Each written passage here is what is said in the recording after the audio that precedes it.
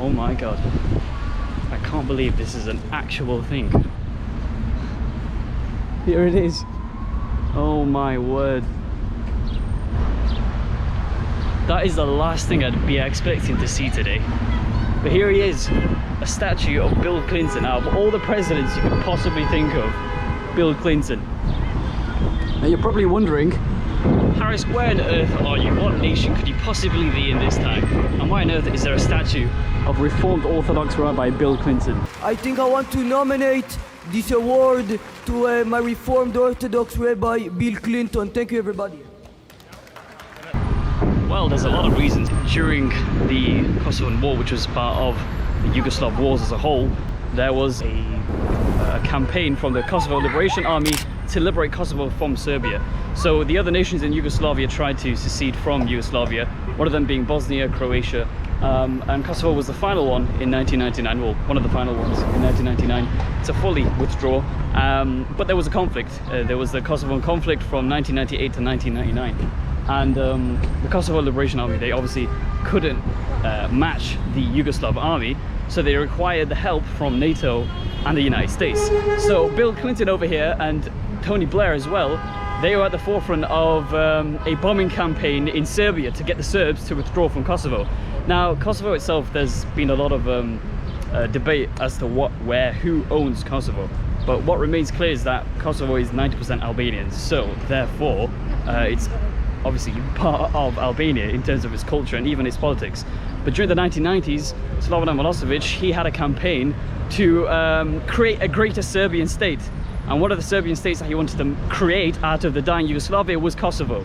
And he incited old ethnic tensions. And during the 1990s, there was a lot of repression. There was ethnic cleansing, obviously, here in Kosovo. And so Bill Clinton, obviously, knowing the importance, the strategic importance of challenging Serbia, he issued a bombing campaign, an ultimatum to Slobodan Milosevic to withdraw his troops out of Kosovo. He didn't, and Serbia was bombed. And personally, I don't believe Serbia should have been bombed because it also killed a lot of civilians, even Kosovans and Albanians.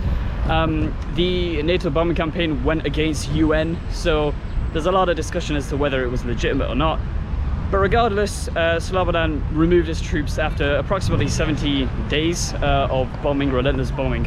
And to celebrate, in 2008, when Kosovo gained its independence from Serbia, they made a statue of Bill Clinton. Now, as we go along, obviously that's a long story short, but as we go along the journey through post-war Kosovo, we'll discuss more about the impacts of this war and what people think of the good old Bill Clinton. Funnily enough, there's actually a thing that people started to name their children Tony Blair after the Kosovan crisis, because of obviously Tony Blair was the British Prime Minister. So now you have a bunch of mini Tony Blairs running around Yugoslavia, the former Yugoslavia. It's like naming your child Tony Blair in Kosovo versus naming your child Tony Blair in Iraq. So obviously there's a lot of contention when it comes to this topic, because Bill Clinton actually in 1998 he issued a bombing campaign in Iraq. Anyway, let's go explore more of this place. So once again, you can see flags, American flags, plastered almost everywhere. I'm getting swarmed by Albanians now. Do you speak English? English? Speak Deutsch? Ein bisschen. Ja, ich kann ein bisschen. Ein bisschen. Good or bad? Bill Clinton, good or bad? Ja, Bill Clinton ist gut. Warum? Der hat unsere Leben gerettet. Mhm.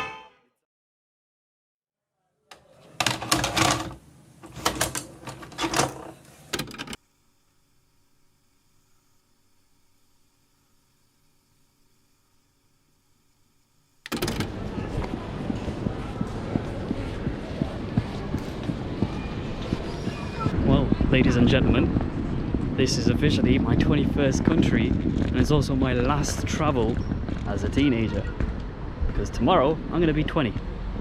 So here is, I don't even know if I'm allowed to record this, but here is the brand new airport at Pristina. It was built after the war, I do believe, to help boost Kosovo's tourism industry, which still today is not as high as it should be. It's probably one of the most underrated places in Europe. Already got a taxi before I could say anything, but this is I'm guessing that's the Albanian Eagle. Po prišli po Dovolj. Oops. How are you, my friend? What is your name? Yeah, Petri.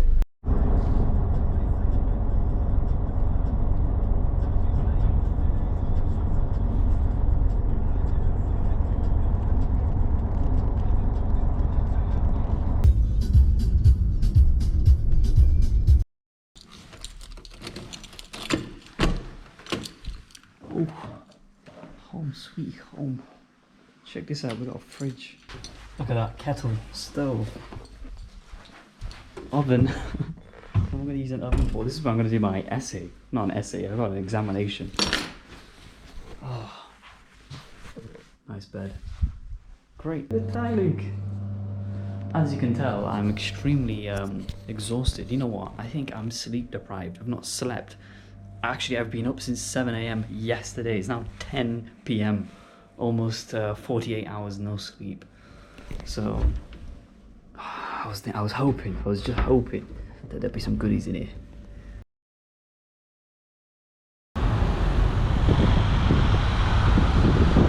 So first signs of bullet holes here in Pristina. Apparently it's difficult to find it because a lot of it is being repaired and rebuilt because obviously of EU support and obviously the West, which is quite different to Bosnia, because Bosnia there wasn't that much investment. A lot of the investment you saw from people in the Middle East, like Turkey, Qatar, Kuwait, them kind of nations. Here it had the whole gang protecting them and defending them. So I'm just walking down one of the main boulevards. I believe this is called Clinton Boulevard, but it's very, very modern. Even though Kosovo is, I think 90% Muslim, there are a lot of churches here from the Orthodox period. So the Serbs once had some sort of control. It used to be the heart of the Orthodox Church. So as we go along this journey, we'll see a lot of old churches.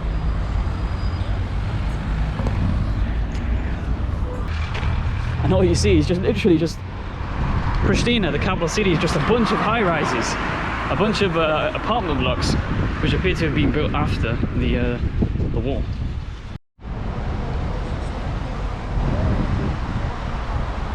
We're on the main street, so I gotta be careful because I'm getting a lot of looks because I'm probably the first person of colour that they've ever seen.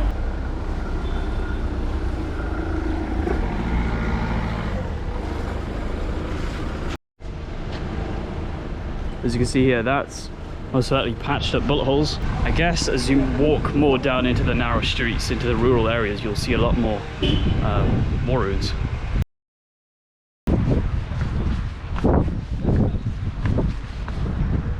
I couldn't resist this, whatever this is. Kind of looked like a church to begin with, and then maybe a bus station. But what's for sure is the fella depicted on that poster is Adam Jashari, one of the KLA's main fighters, a hero of the Kosovan Liberation Army. He was killed, and his family, by Serb police forces in a very brutal fashion, may I add. But he vowed to never surrender, and he was killed and so-called martyred, according to the people of Kosovo and Albania. So he's very much revered, and as we go along this journey, we'll see a lot of more sort of paintings and pop culture you can see, because there's a lot of like t-shirts you can buy with him plastered on it. But I guess since again its independence, it became much more of a symbol, especially for hope and the future of Kosovo, I guess. But it's kind of, some people might be weirded about it, but that's the Albanian flag and we're in Kosovo, and then that's the Kosovan flag. The reason I think they put the Kosovan, like the map of Kosovo on that, is to establish the fact that it's a nation. So whenever people see that, they go, oh, that's Kosovo. Because only 120, I think, nations actually recognize Kosovo as a nation. So I guess they had to put it on the map, on their flag, so people can distinguish whether or not it's an actual nation. But anyway, back onto the trip. We're trying to find bro, look at how communist architecture that is. I'm getting Sarajevo vibes around here. I mean, I really want to go inside of it. Guys, comment down in the description if you want me to go inside of it. I don't care because I'm going to do it anyway. I wonder what this is. So the architecture looks a bit communist era, from Tito's era. Looks a bit run down as well. Guess it's a shopping mall. So we'll get in because I just saw someone inside.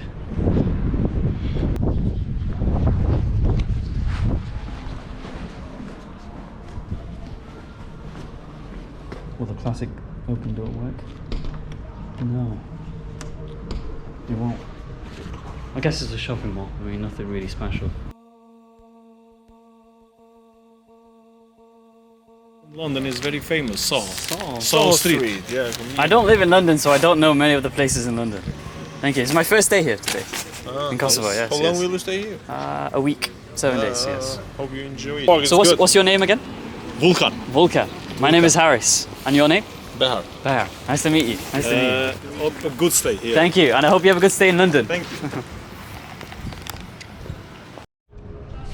Well, I just met a couple of police officers. I forgot their names completely. And they're really, really friendly. Like, I'm surprised. The police are so friendly here. I guess the police are friendly, like, in almost every nation that I've been to, even Iraq. But they were very friendly. And they're very honest people. Very honest.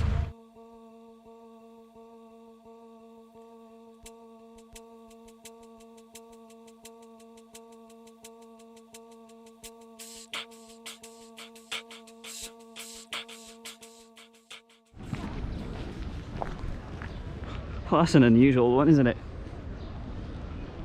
There's a lot of connections between Ukraine and Kosovo, because the Kosovans got liberation from Serbia, and in the same manner, people in Kosovo want Ukraine to get independence from Russia, if you can call it that. But in terms of Serbia are very ultra pro-Russian. So in Mitrovica, which will be there in about 2-3 days, we'll have a look at the divide between the Albanians in terms of their support for Ukraine and the Serbs in terms of their support for Russia.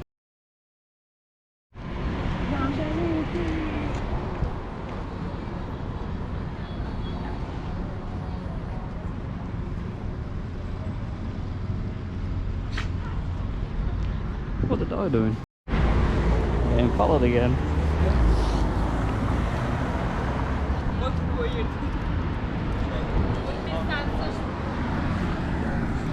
Why do dogs always follow me? I don't have anything for you. Always. Hello. Oh. I've got to say, Balkan dogs are flipping based. They're amazing.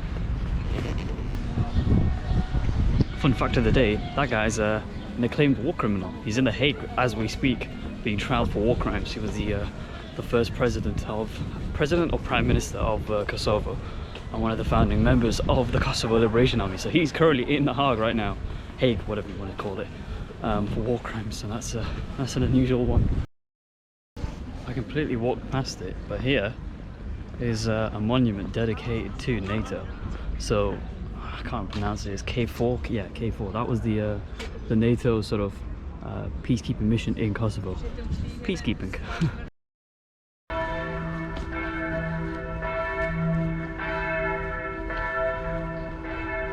God, that's loud. The dog's here. We're on our way to find something. I'll show you. There it is. It's right there. The gods. Oh god, it's stuck for a lot. The dogs are going crazy because of the bells.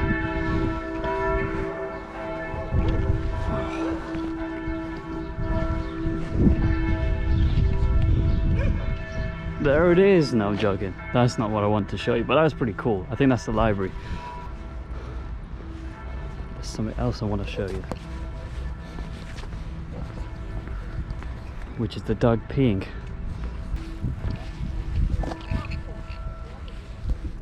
What the dog doing? I swear to God, this dog follows me. It's actually quite horrific to see this. It's quite, I don't know, it gives a scary vibe, but I will show you in just a second. Let's just get there.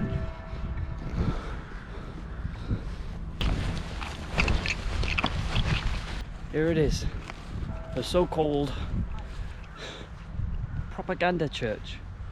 So essentially these churches that look exactly like this were part of Slobodan Milosevic's plan to make the area more Serbian and more Orthodox.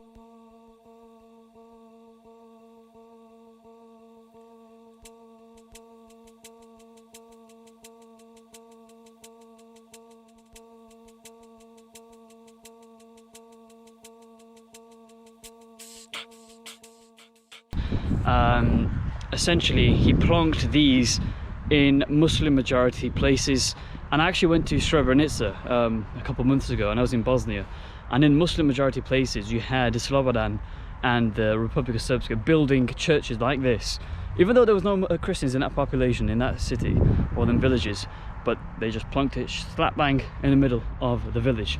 And so here in Pristina, I believe it's 90% Muslim, you have one of these propaganda churches, and the symbol at the top, the gold cross, was in a way a symbolism of Slobodan Milosevic's rule. He had a bunch of them gold crosses put on a lot of the churches. But as you can see, right now today it's completely abandoned. Let's just go a little bit closer to it. But it's completely abandoned because there's no Christians in this area, so it's obviously been deserted, and it's just, I don't know, it's quite symbolic of what he wanted it to be. He wanted it to be a I don't know, a hotbed of Christian gatherings and groups. But here you can see it's dilapidated. It's actually falling apart, as you can clearly see. Probably shouldn't be doing this, but we're walking up close to it. Look how flipping scary this thing is. Gave off bad omen. But it's quite, in terms of its architecture, it's very similar to a Byzantium church, because Kosovo was actually the heart of the, not the Russian Orthodox, the Serb Orthodox Church. So you have in scattered amongst the mountains of Kosovo, you have old Byzantine churches which are like 500-600 years old, and that's one of the claims that Serbs have when it comes to Kosovo, that it has an importance to them, a historical importance. But obviously after the Ottomans came in the 1400s, that started to wither away, and ethnic Albanians started to emerge as Kosovo's main majority population. But this church here is symbolic of the Kosovan crisis. It's the mix between a Serb claim to the land and an Albanian claim to the land, and this is the impact of that debate. And the Kosovan wars in general are an impact of that debate of whether or not Kosovo should be Serbian or Kosovo should be Albanian. You can see him there.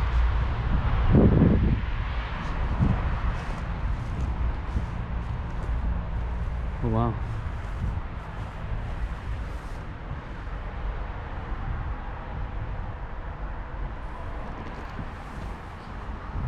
I think this would do as a good museum, I believe, because obviously nobody wants this. Not the Muslims want this.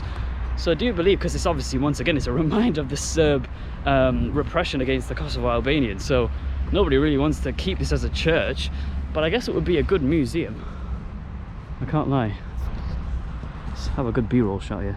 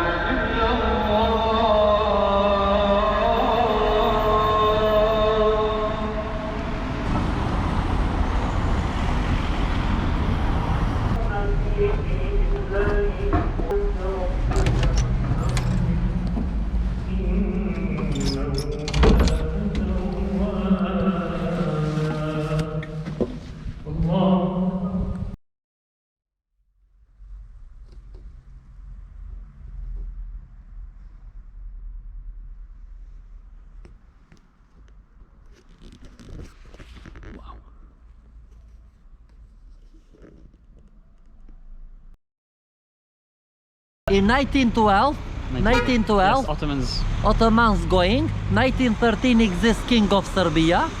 Alexander Big exists. Alexander like King of Serbia exists. After of Alexander, Yugoslavian starting like 1937. Yugoslavian creation original. And Tito exists president.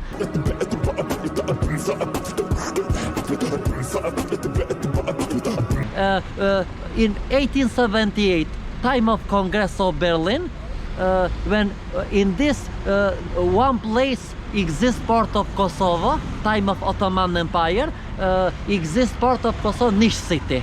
Niš city, Preševa, Bujanovsk and Medveća exists port of Kosovo, and like that. So what's your name? But my name is Veton Zainullahu. Yeah. Like Albanians have with root Illyrians are. İşte bir day. What does this mean? İşte work one day going. Wow. Bir day. Saying what you take, if you take haram something, you all what how you take haram, going haram, like that. Say nasıl olur day. And for the me Al-Aqsa is so like golden place, and Al-Aqsa is good place. And Have you been to Aqsa? No. Do you want to? I like to be, but Allah, when if say Allah, if say Allah. See you later. Thank you. Do you know him? I know he's a gypsy. He is it? Gypsy. Do not speak to him as a gypsy. Anyway, that goes on for quite a bit, but it was quite a good conversation. I heard a lot of his perspectives and stuff. And he ends up giving me a bag of popcorn. And I kid you not, I munched on them popcorns all the way to my next destination. So thank you very much, Veton. He also gave me a toffee apple, and I tried to give him money for it, but he just wouldn't take it. And normally people, when you try to offer them money, they won't take it, but then they'll go, okay, if you insist. But this guy straight up didn't do that. So very humble guy, very honest guy, very nice guy. So in the end, I had to sneak the money into his pocket. So thank you very much for watching this episode. There's going to be 2 more episodes to come, maybe 3, who knows. And I can't wait to show you the beautiful country of Kosovo. Long live the Tomatis. See you in the next one.